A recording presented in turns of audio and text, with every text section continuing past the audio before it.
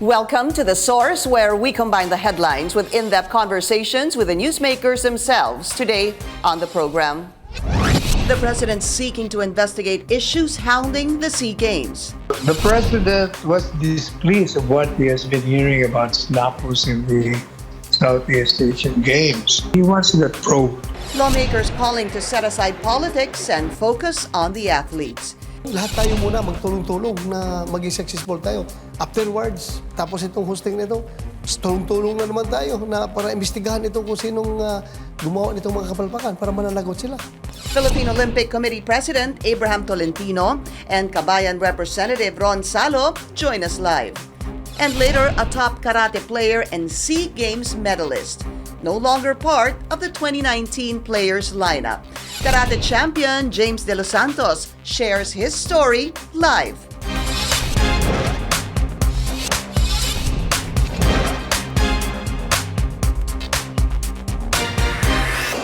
Thank you for joining us. I'm Pinky Webb. The organizing committee of the Southeast Asian Games downplays the criticism on the country's hosting of the regional meet. Government officials now urging the media to report on the positive side of the SEA Games and say that problems encountered by foreign athletes are, quote, nothing new. But what about President Rodrigo Duterte's remarks that he's not happy with the hosting of the SEA Games? Let's go straight to the sources of the story. First on the line, Philippine Olympic Committee President Abraham Tolentino. And here in the studio, we have Kabayan Party List Representative Salo. Let me start with the POC President, Mr. Tolentino. Sir, good morning to you. Hi, good morning. Okay, sir, tell us about the conduct of the games or the preparations 2 days before the opening ceremonies. Yeah, it's 2 days before, and we're expecting what the dress rehearsal of the opening talagang super wow. And I'm inviting everyone to please watch. If not on the Philippine Arena, it will be. I think it will be live on TV. Mm-hmm. So, Sir, everything is in order now. Everything was. Lahat po ng glitches, it was already corrected. And of course, it's a birth pain. And the last we hosted was 2005. That's right, Imagine, sir. it was 14 years ago. Opo. So, hindi po may iwasan yung... Even myself, marami po akong experience na ganyan almost every month, every year na going out to represent the country. Sometimes wrong pictures on ID, Yeah. no transport, no hotel. Lahat po, it's very normal. That in lang, the difference now is malakas ang but do na focus sa bad or whether it's a fake or a true story, fake news or what. Let's focus on the athletes first, and let's focus on some more on positive side. Okay. So this is once in a lifetime again. The next SEA Games, the next hosting of SEA Games will be 2030, more maybe. Matagal pa. Matagal pa. So, samantalahin natin. Okay. Sayang, para sa bansa at sa atleta Absolutely, natin. sir. I mean, there's a lot of positive news around. I'm sorry, sir, I have a cough. Especially even with the new Clark City, the Binyan Stadium, yung pong sa Muntinlupa, all those, of course. Too. Yesterday, there was a tour of women's sports. Nurture Spa, Orlina Museum, everything.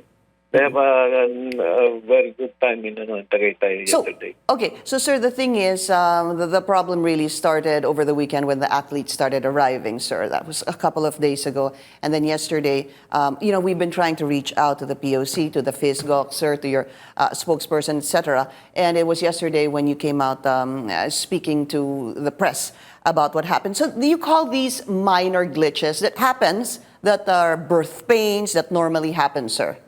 Yes, definitely. Based from my experience, it's a minor and normal, and of course, major on. I don't know why they're sensationalizing it on. Hindi ko alam, baka merong behind or what. Pero it's good thing also na some true reports were already corrected. Right. Also, And isn't that good on your part, sir, that if we were to really go back to how this all started, it came from the football team, sir.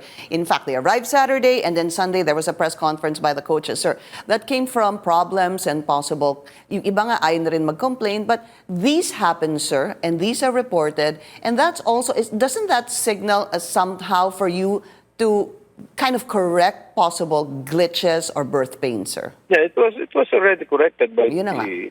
by the organizing, so it's also in a positive view. Opo. But dagdagan lang sana yung positive reports naman dahil kawawa rin yung athletes natin ang tagal ng preparation lang for this. And remember, this is 56 sports, first time in history. Well, it gets all bigger. other SEA Games 30, 35, 40 pinakamataas. It gets bigger every 2 years, doesn't it, sir?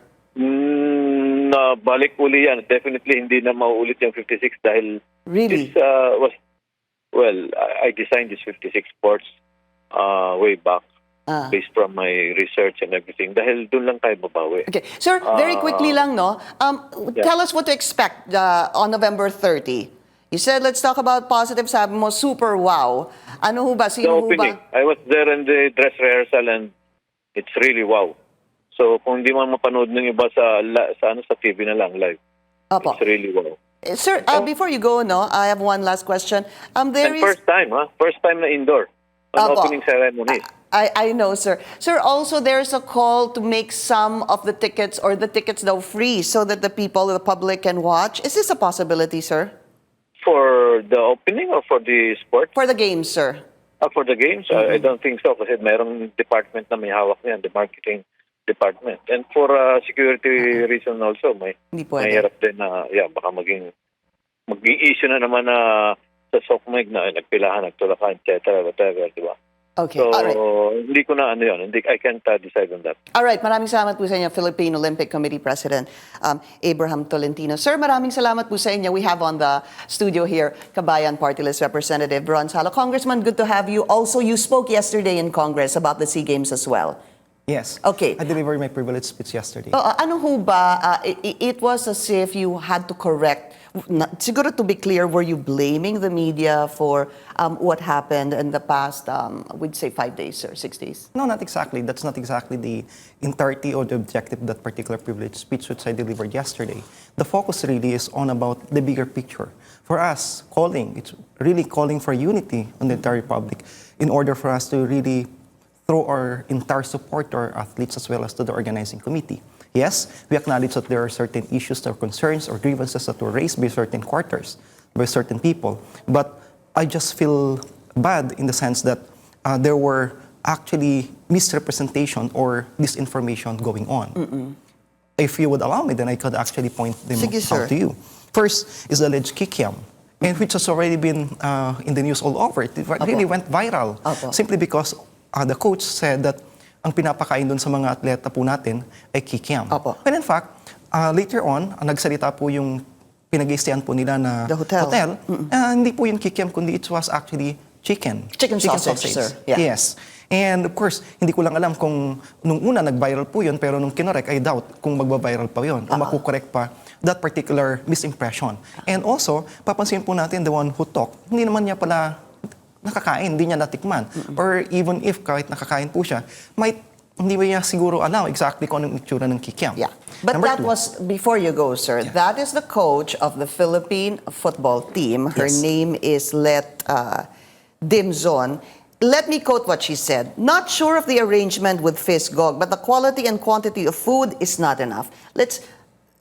Tabi muna natin si Kikiam, sir. Quality and quantity of food is not enough. For a coach to say that, sir, it must mean something. Pangalawa, and I quote, sa variety din, like this morning, hindi enough yung rice and kikiam and egg. Walang nutrients. True.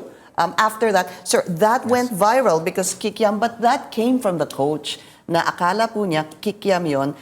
And then eventually, the hotel, sabi nga medyo masama yung kanilang loob. But they spoke later on and said, that's not kikiam. That's chicken sausage. Yes. Di ba? Yes. So how would you characterize that? If that goes viral, sir, that's on social media, hindi ho ba? Kasi nga, yung mga complaints lumabas. Yes, I acknowledge that particular item, that it went viral, the social media, but it was also reported in the news, of course, the traditional news. But ang point lang po natin dito, You know why, sir? basically, It went viral because it trended on Twitter, sir. Also. Okay. ang sasabi ko lang po dito, I really hope also that when it was corrected, that also was reported. Absolutely. Second item is the alleged Binyan Football Stadium. Ang pinapakita po doon is actually a different picture altogether. It's not Binyan Football Stadium. Third item, so ang pangit po ng picture Correct, sir. But an erratum made by the Inquirer on that. later on. Yes. Yes. Well, of course, kasi nga nagkamali. So, Yes. nagkakaroon po ng erratum. Okay. But an erratum was made. Yes. Yung alleged makeshift press con. Also, ang pinapakitang Is that picture. the one in Rizal, sir? Hindi ko alam, actually, kung ano yung picture na pinapakita. But ang kanilang press con, ang media center po natin actually is at the World Trade Center, I understand. Yes. And also, mayroon po sila dun sa Clark also. Yeah, but there's also one in Rizal, sir, yung may hollow blocks. Okay. Fourth is the alleged aquatic center. Yung picture po na ipinapakita po doon is actually Nepal Sports Facility. So, lahat nagko-complain na talagang sinasabi po nila, ang sama talaga ng preparation ng Pilipinas. When in fact, pag pumunta naman po sila doon sa aquatic center po natin, it's a world-class facility. Which we saw ourselves. That's in the new Clark City. In fact, when you talk about positive news, sir, that's something we've been reporting, how fantastic, awesome the new Clark City is. The aquatic center, the athletic stadium, yung athletes village, we also saw a peak of that in the past, sir. But before we go on, we'll be taking a short break. This is The Source on CNN Philippines. Please stay tuned.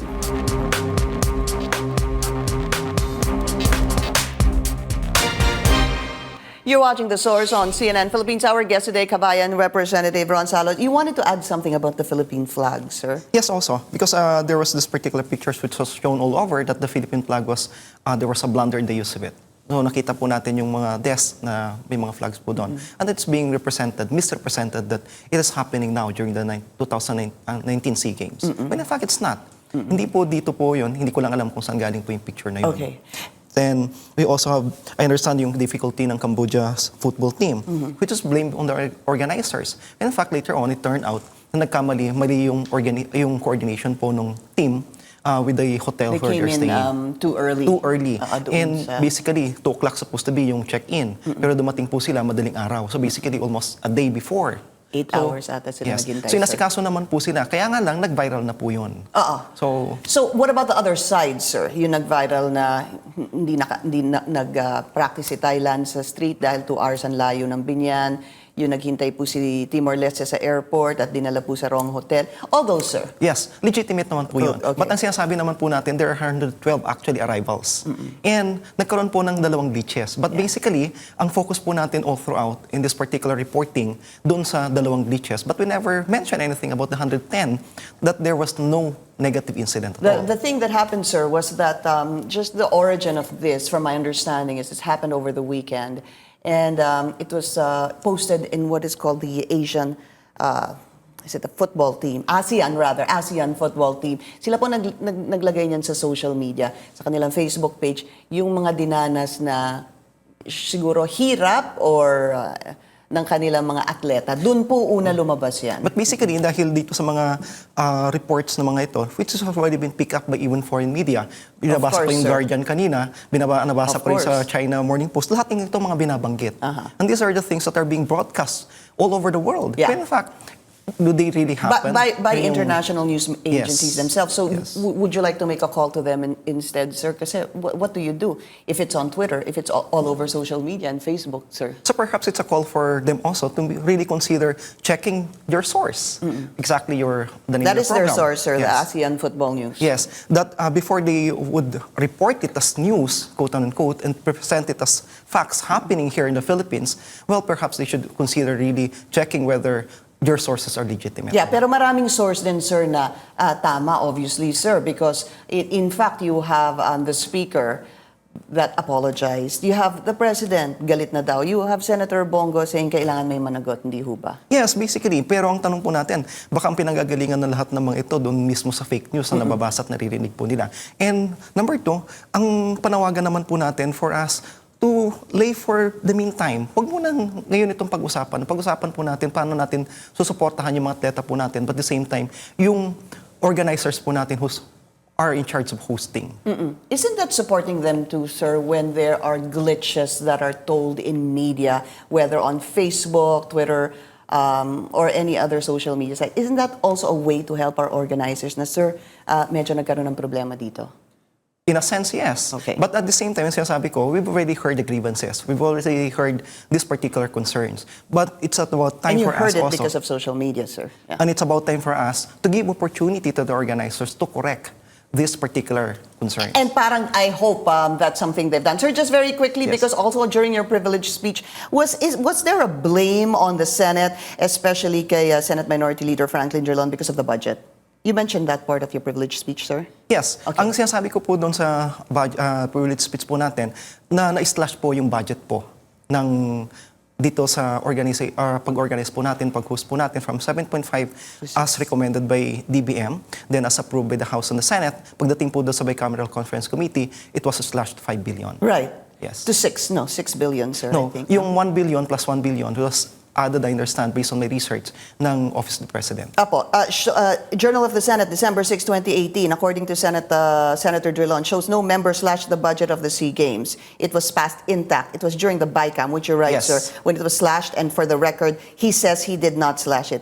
And he says this, if only Mr. Salo exercised due diligence, he would have saved himself from embarrassment. But that would be wishful thinking. Just a reaction on that, sir. I already made a reply official statement. I said that I have deep respect for the senator, the honorable senator. Basically, when I was a kid, when I was a young student leader in elementary and high school, I always admired him as one of the last few remaining statesmen. But I'm sad that he resorted to name calling instead of really focusing on the real issue. Okay. But at the same time, tama rin po siya, but na binabanggit niya na nangyari po dun sa BICAM, BICAM. oo. But during my interpellation yesterday, ang sinasabi rin po lahat po ng mga members po dun sa Bicameral Conference Committee na coming from the House contingent, ang sinasabi po nila, it was Senator Drilon who really pushed for it to be slashed. During the BICAM.